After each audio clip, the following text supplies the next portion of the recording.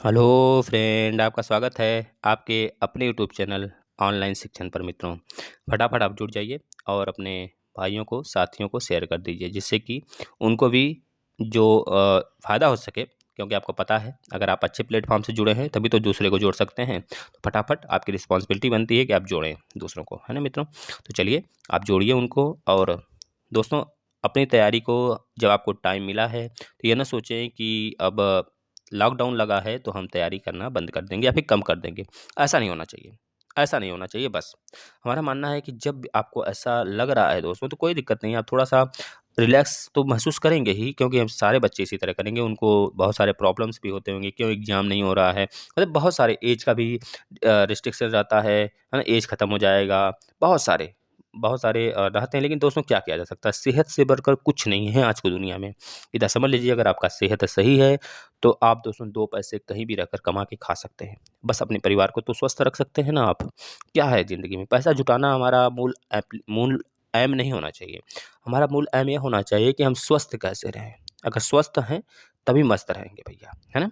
तो याद रखिएगा, अपने घर में रहिए, सुरक्षित रहिए, पढ़ाई करिए। दोस्तों, कभी भी एग्ज़ाम होगा, जब भी एग्ज़ाम होगा, तो आप उसके लिए बिल्कुल भी तत्पर रहें, तैयार रहें। फोड़ कर आना है, ससुरा को छोड़ना नहीं है बस, है ना? तो चलिए, हम लोग आज का पहला क्वेश्चन देख लेते हैं, आज के दिन का। वैसे तो हम लोग 47 क्वेश्चन देख चुके हैं। और जिन बच्चों को प्रॉब्लम्स होते हैं क्वेश्चन में, वो थोड़ा-सा बताया करें भैया। देखिए, कमेंट आप सोच के किया करिए भैया। देखिए, कुछ बच्चे हैं जो कि कमेंट कर किए थे, पता नहीं कैसा गुरु वगैरह के बारे में नंबर वगैरह शेयर किए थे, तो ऐसा ना करें, नहीं तो हमें ब्लॉक करना पड़ जाएगा उन बच्चों को, है ना? तो याद रखिएगा भैया, आप 48 के क्वेश्चन का आंसर दीजिए पहले। चलिए, तो फटाफट आप लोग। एक अवतल दर्पण की फोकस दूरी 15 सेंटीमीटर है। हमने बताया आपको, सारे सब कुछ बताए हैं, है ना? जितने भी लेंस होते हैं, लेंस का फ़ॉर्मूला क्या होता है, दर्पण का फ़ॉर्मूला क्या होता है, सब बताया। यहाँ पे आपको पूछा जा रहा है दर्पण का फ़ॉर्मूला, तो वो भी अवतल दर्पण। अवतल दर्पण में 15 सेंटीमीटर आपका फोकस दूरी दिया है, 25 सेंटीमीटर की दूरी पर वस्तु रखी गई, यानी कि यू की वैल्यू दिया है। आपको पता है, जब हम पोल से बाएँ तरफ चलते हैं तो सारी वैल्यू नेगेटिव आती है। जब हम पोल से राइट साइड चलते हैं तो सारी वैल्यू क्या आती है? पॉजिटिव आती है। अगर मान लेते हैं पोल है, पोल के इधर चलते हैं तो सारी वैल्यू नेगेटिव, और इधर चलते हैं तो सारी वैल्यू पॉजिटिव। अगर ऊपर चलते हैं तो सारी वैल्यू पॉजिटिव, नीचे चलते हैं तो सारी वैल्यू नेगेटिव। ये हमने आपको बताया है, कैसे हम लोग चिन्ह प्रॉपर्टी को देखे थे, है ना? तो आपको दिया है F बराबर दिया है, U बराबर दिया है, क्योंकि U इधर ही रहेगा ना आपका। तो जब यू इधर ही है भैया, आपका लेफ्ट साइड में है, तो निगेटिव होगा। अब आपका जो वी आएगा, वो भी कैसा आएगा? कैसा आएगा? निगेटिव ही तो आएगा, निगेटिव आएगा भैया। बताइए, वी की वैल्यू क्या आएगी? आप यहाँ से सॉल्व करेंगे तो वी की वैल्यू भी निगेटिव आएगी, है ना भैया? क्योंकि वी आपका नीचे की तरफ बन रहा है ना, वो भी किधर है? पोल से हम लोग लेफ्ट की तरफ जा रहे हैं। तो यहाँ पे रख लीजिए सारी वैल्यू। देखिए, हम लोग रखते हैं, चलिए। 1/f, f की वैल्यू दिया है 1/15 हो गया, बराबर 1/-25, -25 प्लस 1/v, यही तो है।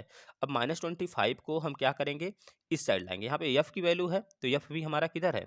लेफ्ट साइड है, अभी माइनस में होगा। तो 1/-15 प्लस 1/25। बस अब इसको सॉल्व कर लीजिए। 5×5 = 25, 5×3 = 15, तो यहाँ पे होगा -5 प्लस 3 बटे 5×5 = 5×3 = 15, 25 यहाँ 75, नीचे 75 हो गया। अब इसको आप सॉल्व करेंगे तो -2/75, यानी कि v की वैल्यू कितनी आ जाएगी? -75/2। -75/2 का ही मतलब होता है, जब 70 को ब्रेक करेंगे तो 35 होगा, 2 मैंने 5 को ब्रेक करेंगे तो 2.5 होगा, यानी कि 37.5 माइनस 37.5 आपका राइट आंसर हो जाएगा ना मित्रों। चलिए, नेक्स्ट क्वेश्चन की तरफ चलते हैं। अवतल यानी एक अवतल दर्पण से 30 सेंटीमीटर दूरी पर रखी वस्तु का 3 गुना बड़ा आभासी वास्तविक प्रतिबिंब प्राप्त होता है। प्रत्येक स्थिति में अवतल दर्पण की फोकस दूरी ज्ञात करिए। पहले हम ज्ञात कर लेते हैं आभासी के लिए, पहले के लिए। तो आपको पता है 30 सेंटीमीटर क्या दिया है? हमारा यू की वैल्यू दिया है। वो भी अवतल दर्पण है तो माइनस में दे देगा वैल्यू, बस। और आवर्धन क्षमता 3 गुना दिया है, यानी कि जो हमारा वस्तु है भैया, वस्तु है, वस्तु से, यानी कि जो प्रतिबिंब है वो वस्तु से 3 गुना है। प्रतिबिंब वही बोल रहा है। देखिए, दूरी पर रखी वस्तु का 3 गुना बड़ा प्रतिबिंब बनता है। प्रतिबिंब बनता है हर एक स्थिति में, आभासी भी और वास्तविक भी प्रतिबिंब बनता है। तो आभासी वास्तविक किस में आएगा? आपको पता है, एक ही तो लेंस होता है जिसमें वास्तविक बनता है, आभासी भी बनता है ना? आपको पता है, एक ही कंडीशन होता है लास्ट में, कैसा?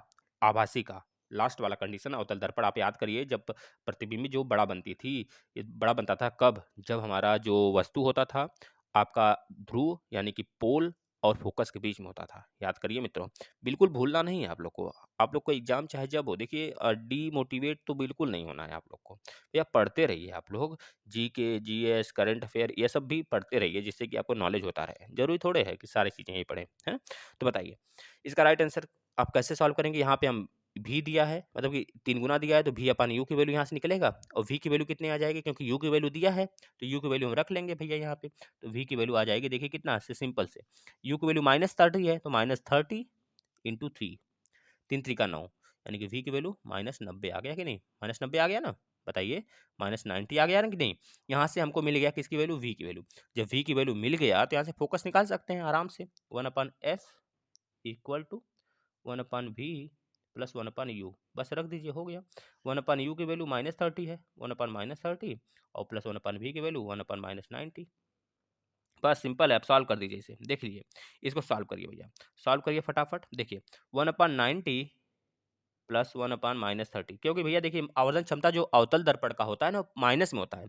इस वजह से पूरा का पूरा वैल्यू निगेटिव में तो रहेगा ही पहले से, और -30 रखेंगे तो वी की वैल्यू 90 प्लस में आएगा। 90 और -30 इसको सॉल्व करिए। देखिए 3 त्रिका 9, यहाँ 3 जाएगा और यहाँ पे 1 होगा, तो -90/2 लास्ट में फाइनली आएगा एफ की वैल्यू, यानी कि -45 आपका राइट आंसर हो जाएगा। ठीक है मित्रों, चलते हैं नेक्स्ट क्वेश्चन की तरफ। दोस्तों यहाँ पे दूसरा भी क्वेश्चन इसमें पूछा गया है, अगर वास्तविक होता है प्रतिबिंब, जब वास्तविक होगा तो क्या होगा, v की वैल्यू माइनस में आएगा। पता है कि नहीं, जब वास्तविक होगा तो नीचे ना बनेगा, जब नीचे बनेगा प्रतिबिंब तो v की वैल्यू माइनस में ही तो आने वाली है, क्योंकि ऊपर जब बनता है तो हमने आपको बताया था ऊपर का मतलब क्या, जब सीधा बनेगा प्रतिबिंब तो भैया आभासी बनेगा, आभासी बनेगा तो वैल्यू जो पॉजिटिव में आएगा, क्योंकि ऊपर की वैल्यू हमेशा पॉजिटिव होती है, नीचे की वैल्यू हमेशा निगेटिव होती है। तो v जब वास्तविक बनेगा तो वास्तविक प्रतिबिंब हमेशा उल्टा बनता है, तो उल्टा बन रहा है तो इस वजह से v की वैल्यू -90 आ गया। अब यहाँ पे -90 लेकर लगाइए, चलिए तो सॉरी -90 प्लस 1/-30, इसको सॉल्व करेंगे तो आपको पता है 3 त्रिका 9 होता है, तो 3 और यहाँ पे 1, -4/90, यानी कि 90/-4, यानी कि -90/4 आ गया। अब इसको सॉल्व करिए, 4 दूनी 8 और 4 दूनी 8 के बाद बचा 2, 4 दूनी 8, 4 पचे 20, यानी कि 22.5 आने वाला है। देखिए आंसर क्या दिया है आपका, 22.5, माइनस में 22.5 आपका राइट आंसर आ जाएगा मित्रों, है ना। नेक्स्ट क्वेश्चन देखिएगा, वन संरक्षण एवं वन्य जीव संरक्षण के दो उपाय लिखिए। देखिए वन संरक्षण के उपाय जो होते हैं, वन वृक्षों की कटाई तथा नए पेड़ लगाने की दर लगभग समान हो, यह हो गया वन संरक्षण का नियम। मतलब जब हम वृक्ष की कटाई कर रहे हों, तो अभी हाल ही में आपको पता है मध्य प्रदेश में एक जगह है, मध्य प्रदेश में आपको पता है दोस्तों, पन्ना की खान है, पन्ना की खान में हीरा बहुत ज्यादा मिलता है, सॉरी पन्ना की खान में सोना मिलता है ना भैया, सोना है कि हीरा है, हीरा हीरा हीरा है दोस्तों, हीरा बहुत ज्यादा मिलता है, पन्ना की खान है, बहुत ज्यादा मिलता है। लेकिन आपको पता है अभी हाल ही में उसके बगल में ओरछा नामक जिला है एक, मध्य प्रदेश में ही ओरछा, दोस्तों आपको पता होगा, ओरछा को अभी रामसर साइट में भी डाला गया है ना। तो ओरछा नामक जगह है दोस्तों, उसमें कह लीजिए कि वहाँ पे जो हीरा है दोस्तों, जहाँ जितना पन्ना की खान में है उससे ज़्यादा वहाँ की ओरछा में एक खान है दोस्तों, वहाँ पे पाया गया। लेकिन उसके लिए पता है आपको, बहुत सारे टन जंगल काटे जाएंगे, बहुत टनों में दोस्तों, लाखों टनों में जंगल काटे जाएंगे।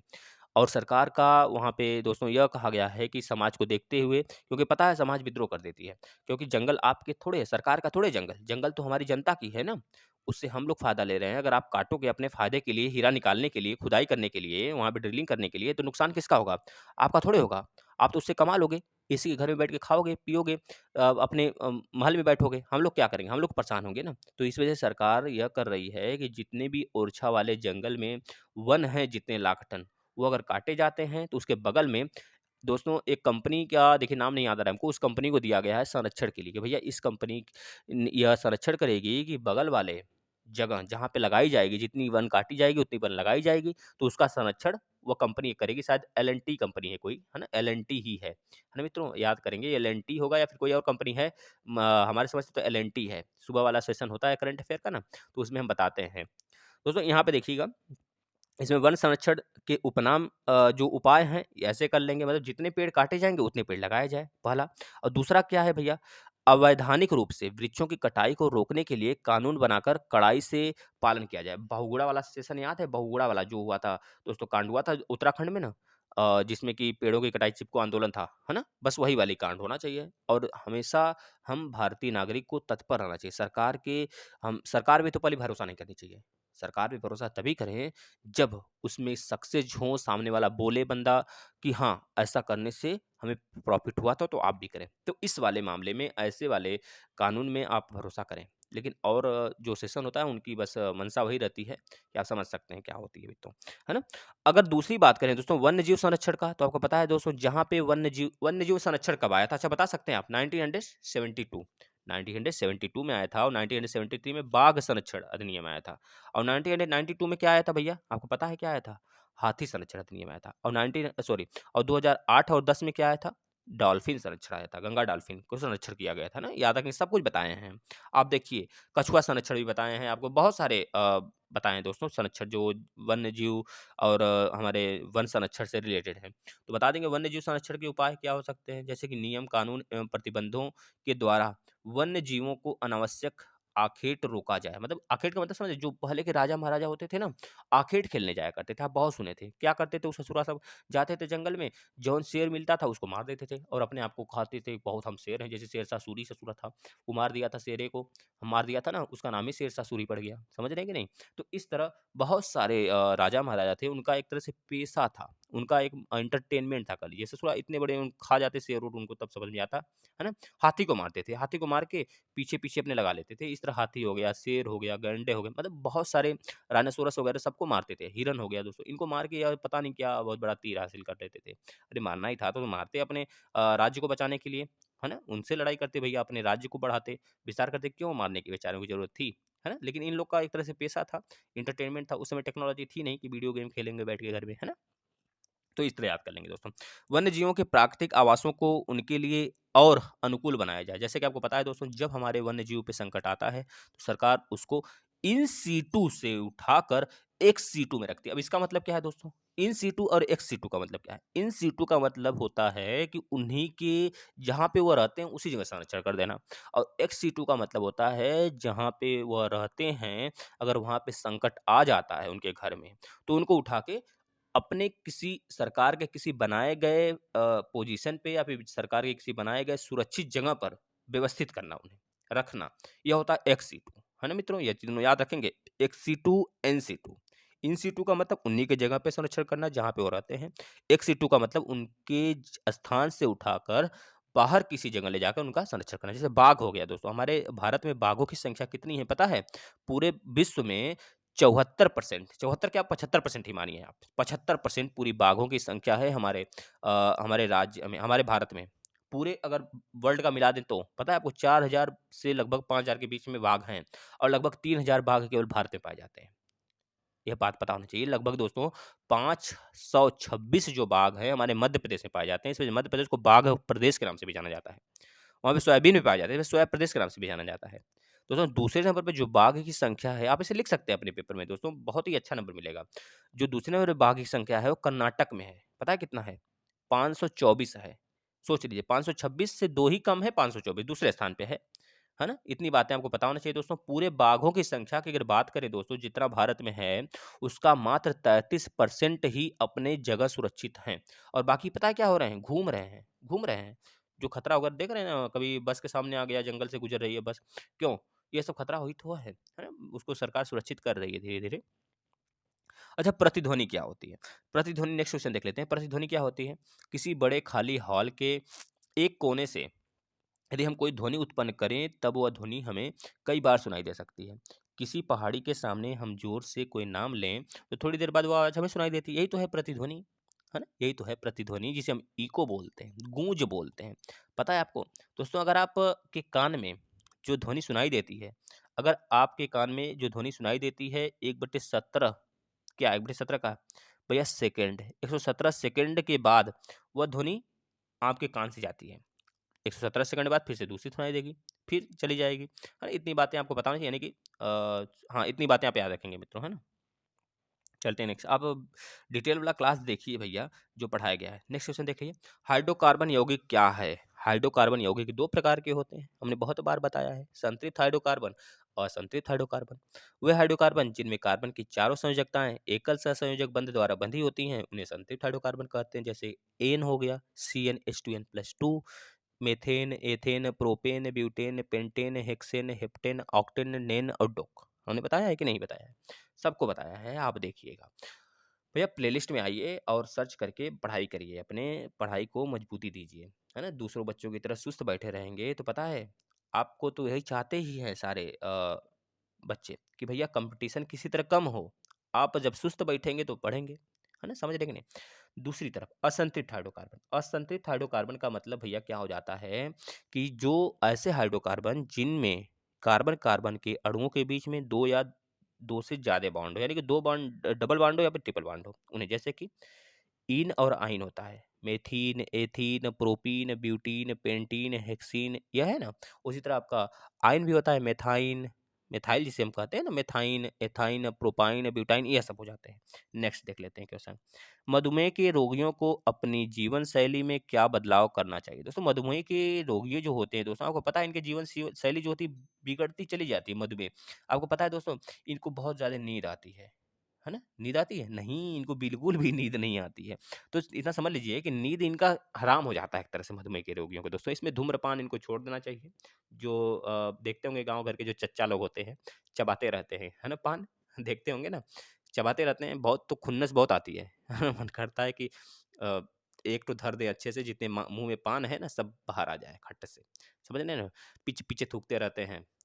समझ रहे हैं कि नहीं भैया? और दूसरा चीज़ है कि इनको धूम्रपान छुड़ाइए, और दूसरा चीज़ है कि पर्याप्त नींद लीजिए। पर्याप्त नींद लीजिए, मज़े में सोइए। शारीरिक व्यायाम करिए रोज़ सुबह 150 मिनट तक, है ना? व्यायाम करिए सप्ताह में डेली।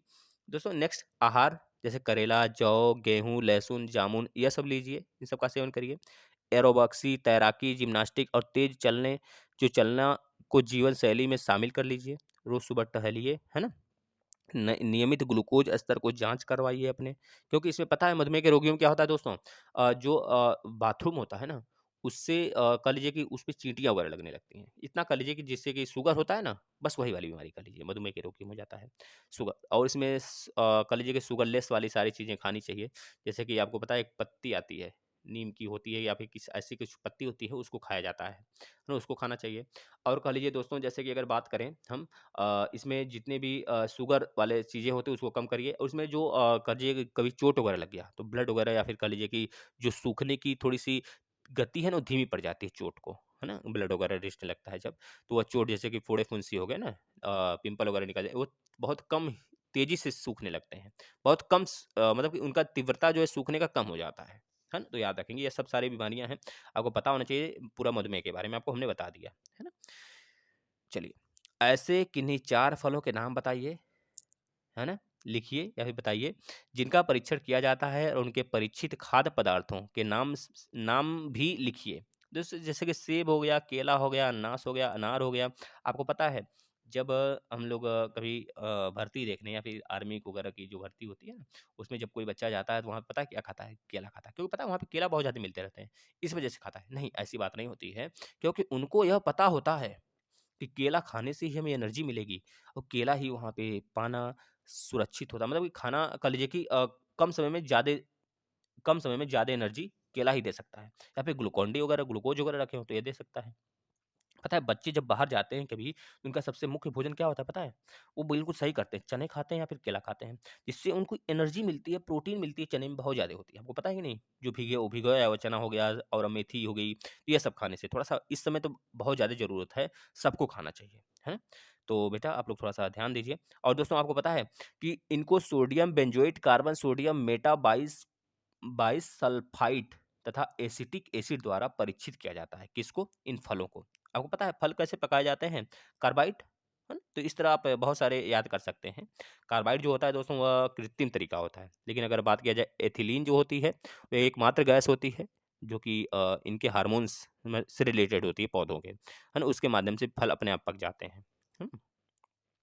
हरित क्रांति से क्या अभिप्राय है? हरित क्रांति का जनक भारत में कौन था? वैसे नॉर्मन बोरलॉग थे, पूरे विश्व के पिता, हरित क्रांति के पिता कहे जाते थे। लेकिन अगर बात किया जाए दोस्तों डॉक्टर स्वामीनाथन का 1966, दोस्तों तीसरी पंचवर्षीय योजना खत्म होने के कगार पे थी, है ना?